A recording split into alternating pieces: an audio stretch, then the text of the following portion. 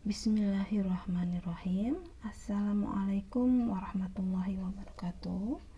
Bagaimana kabarnya anak-anak? Sehat ya nak ya? Insya Allah.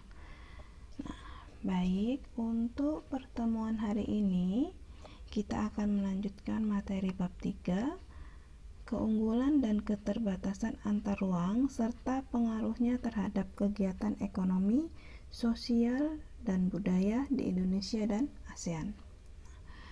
Hari ini kita akan mempelajari yang bagian A, yaitu keunggulan dan keterbatasan antar ruang serta peran pelaku ekonomi dalam perekonomian.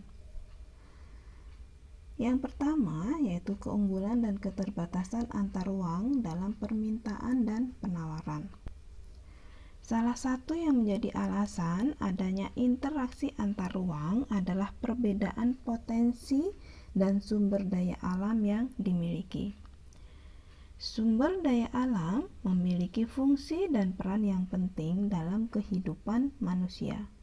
Manusia hidup dengan memanfaatkan sumber daya alam yang ada di sekitarnya.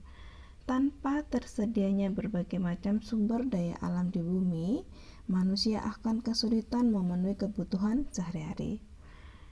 Nah, kebutuhan dan permintaan dapat tercipta berdasarkan ruang atau lokasi di mana seseorang berada dapat menciptakan kebutuhan dan permintaan yang berbeda.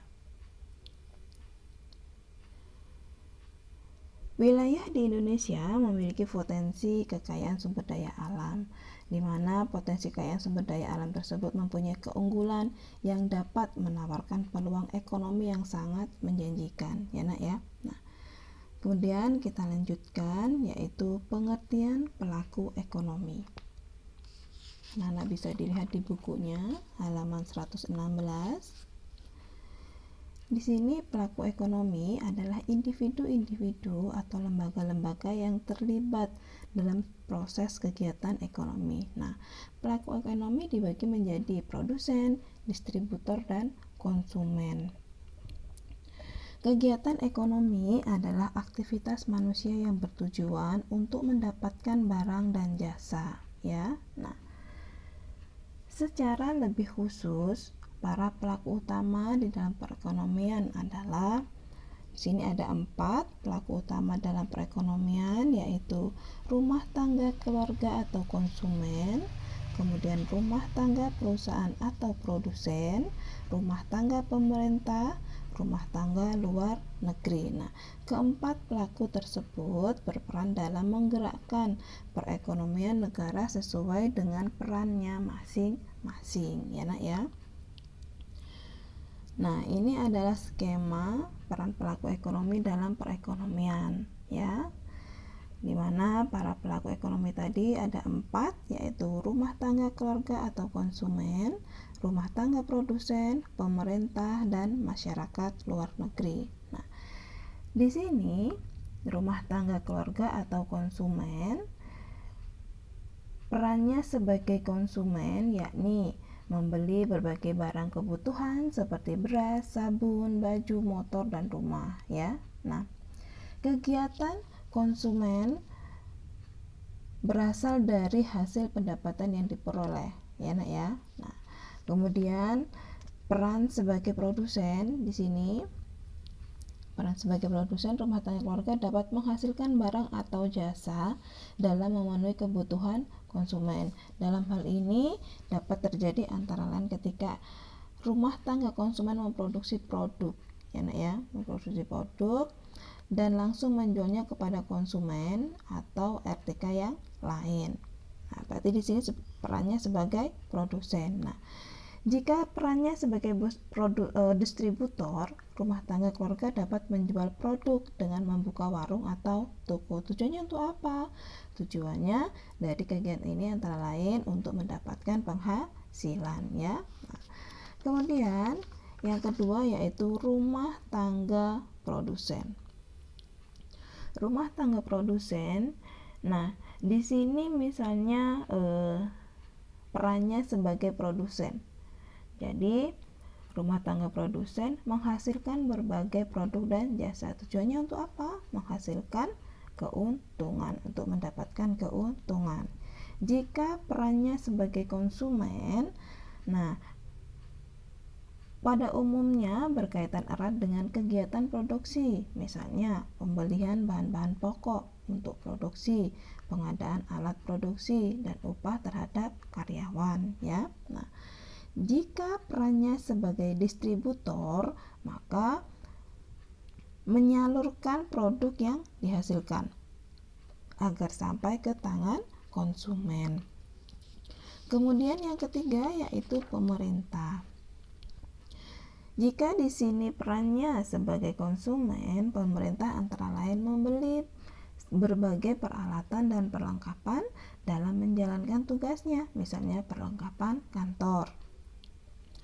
Kemudian, jika perannya sebagai produsen, berarti pemerintah memiliki peran mewujudkan kemakmuran rakyat Indonesia sebesar-besarnya. Kemudian, jika perannya sebagai distributor, pemerintah dapat menyalurkan berbagai hal kepada mereka yang membutuhkan agar terwujud kesejahteraan secara merata. Nah, yang keempat yaitu masyarakat luar negeri. Nah, masyarakat luar negeri jika perannya sebagai konsumen, maka masyarakat luar negeri dapat membeli produk dari rumah tangga produsen di Indonesia. Jika perannya sebagai produsen, maka masyarakat luar negeri menghasilkan produk dan menjual produk-produk tersebut di Indonesia. Jadi, peran lain dari masyarakat luar negeri adalah sebagai berikut, di mana melakukan investasi yang dapat meningkatkan pertumbuhan ekonomi di Indonesia, memberikan bantuan dana berupa hibah ketika Indonesia mengalami bencana, kemudian menampung tenaga kerja. Ya, Nak ya. Nah, kita lanjutkan. Permintaan dan penawaran dengan penggunaan teknologi untuk pelaku ekonomi, ya. Nah, yang pertama yaitu penggunaan teknologi dapat membantu pelaku ekonomi dalam hal permintaan, antara lain perbandingan harga secara tepat, ya. Nah, di mana contohnya saja melalui internet, konsumen dapat membandingkan harga suatu produk secara daring atau online dari berbagai toko. Jadi, konsumen dapat mengetahui secara cepat mana toko yang menjual produk yang lebih murah harganya, ya. Nah, kemudian yang kedua, informasi mengenai suatu produk, di mana informasi mengenai suatu produk umumnya hanya dimiliki segelintir orang saja. Nah, penyebaran informasi tidak merata dan sulit bagi konsumen untuk mengetahui lebih banyak mengenai suatu produk. Di sini misalnya internet membuka keran informasi mengenai suatu produk bagi konsumen. Nah, kemudian yang ketiga yaitu informasi produk lain, ya. Melalui internet, konsumen juga dapat mengetahui produk-produk berkaitan yang dibeli konsumen lain, ya. Di mana informasi mengenai aneka produk tersebut membuat konsumen dapat membeli berbagai produk lain selain produk yang dibutuhkannya. Yang keempat yaitu kemudahan pemesanan dan pembayaran produk. Tersedianya berbagai laman atau website produsen maupun pasar daring yang menampilkan pemesanan dan pembelian produk dengan mudah, ya Nak ya. Nah, jadi konsumen hanya menyiapkan data diri dan kartu kredit untuk membayar secara daring, maka produk akan segera dikirimkan. Nah, dari penggunaan teknologi dapat membantu pelaku ekonomi dalam hal permintaan, maka sekarang penggunaan teknologi dapat membantu pelaku ekonomi dalam hal penawaran juga. Nah, antara lain penurunan biaya produksi, kemudian mendapatkan bahan produksi dan peralatan lebih murah, kemudian kemudahan penawaran barang dan jasa pada konsumen tertentu,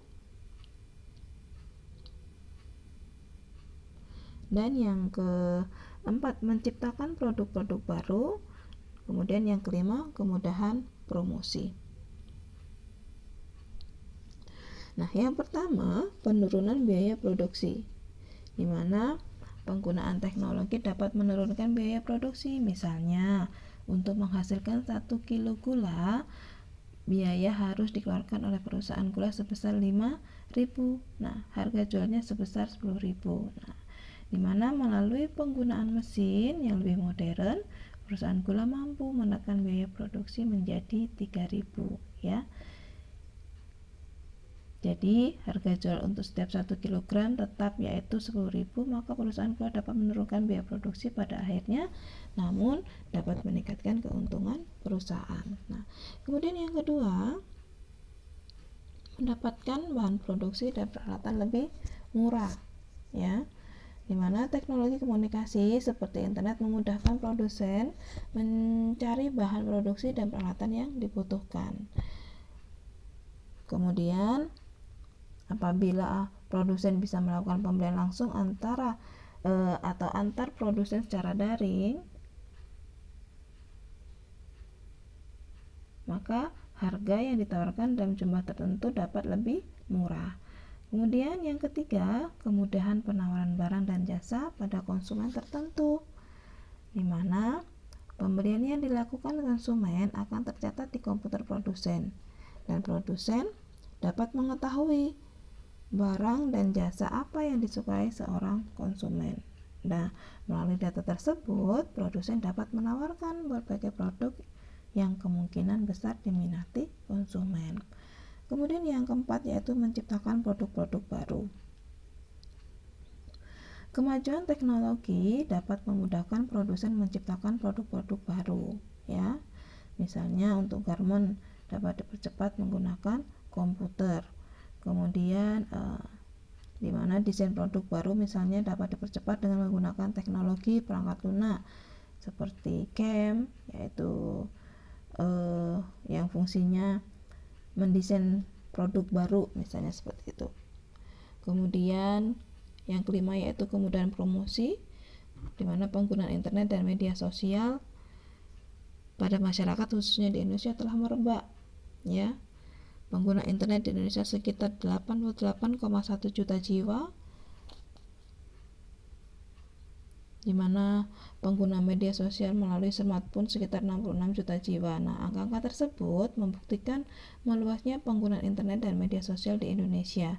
Nah, produsen dapat memanfaatkan media sosial tersebut untuk menawarkan produk mereka dengan cepat dan luas. Nah, baik, untuk materi bab 3 bagian A cukup sampai di sini. Semoga materi yang Ibu sampaikan mudah dimengerti oleh anak-anak. Jika ada pertanyaan atau materi yang kurang jelas, silahkan wafri ke Ibu ya, Nak ya. Pesan Ibu tetap semangat, jaga kesehatan selalu. Jazakumullah khairan. Assalamualaikum warahmatullahi wabarakatuh.